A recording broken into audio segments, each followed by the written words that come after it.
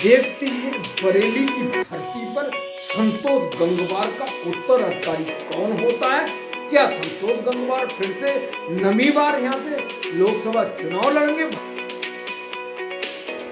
प्रधानमंत्री नरेंद्र मोदी को तीसरी बार सत्ता में पहुंचने लगी। केंद्र सरकार में बने रहने के लिए 370 बीजेपी 400 का जो एनडीए का नारा दिया, उस नारे को धरातल में लाने के लिए, उसे साकार करने के लिए भारतीय जनता पार्टी अपने योद्धा सांसद केंद्रीय मंत्री को हर हाल में टिकट से नवाज रही है, ताकि उन्हें जो 370 का नारा है वो हर हाल में पार करना है। और इसी नारे को देखते हुए बरेली लोकसभा सीट, चर्चित लोकसभा सीट, जहां से 8 बार के संतोष गंगवार सांसद हैं, उनके टिकट पर 2 लिस्टें आई थी। उन दोनों लिस्ट में पहली लिस्ट 91 की, दूसरी लिस्ट 72 नाम की।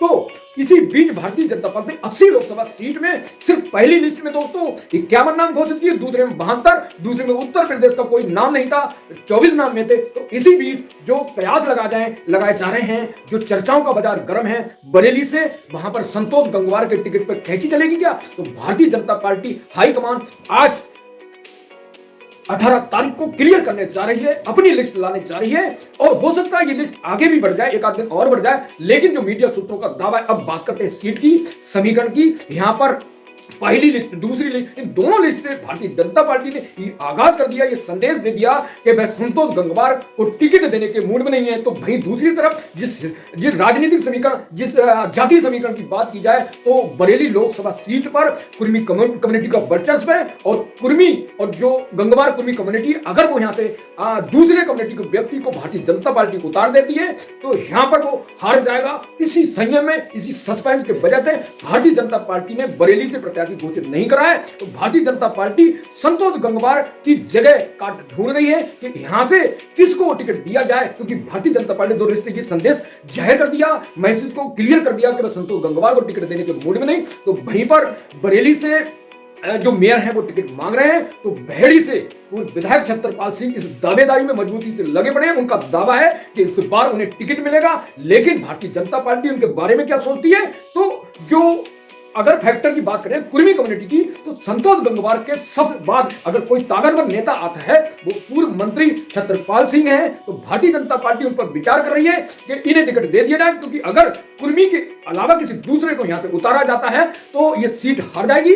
इसलिए भारतीय जनता पार्टी ने योगी मोदी लहर प्लस राम मंदिर या कुर्मी कम्युनिटी को अपने साथ जोड़कर दोबारा से यहाँ पर फिर कमल खिलाने के लिए रास्ते से आगे बढ़ रहे हैं। और सबसे बड़ी समस्या जो समाजवादी कांग्रेस के प्रत्याशी प्रवीर सिंह को उतरने से यहां पर और भी सस्पेंस हो गया। तो भारतीय जनता पार्टी ऐसे मजबूत, ऐसे टिकाऊ कुर्मी प्रत्याशी की तलाश में है कि वो यहां पर योगी मोदी और राम मंदिर के बावजूद रिकॉर्ड मतों से जीत जाए और जो समाजवादी कांग्रेस के जो प्रत्याशी हैं गठबंधन के, प्रवीर सिंह, उनको हरा दें। तो ऐसी यहां पर संभावना बन रही है। आज लिस्ट आने वाली है, तो देखते हैं कि भारतीय जनता पार्टी संतोष गंगवार के अलावा किसको विकल्प तलाशती है। क्या संतोष गंगवार को टिकट देगी, क्या किसी और को देगी, बताना मुश्किल है। लेकिन मीडिया सूत्रों का दावा है कि टिकट फाइनल हो चुका है, वो भी कुर्मी कम्युनिटी का, संतोष गंगवार को छोड़कर। तो देखते हैं संतोष गंगवार को साइडलाइन करके क्या उन्हें राज्यपाल बनाएगी भाजपा, या फिर कहीं किसी और जगह तवज्जो देगी। तो मेरे साथ बन रही है, समीकरण से साफ स्पष्ट हो रहा है कि इस सीट पर,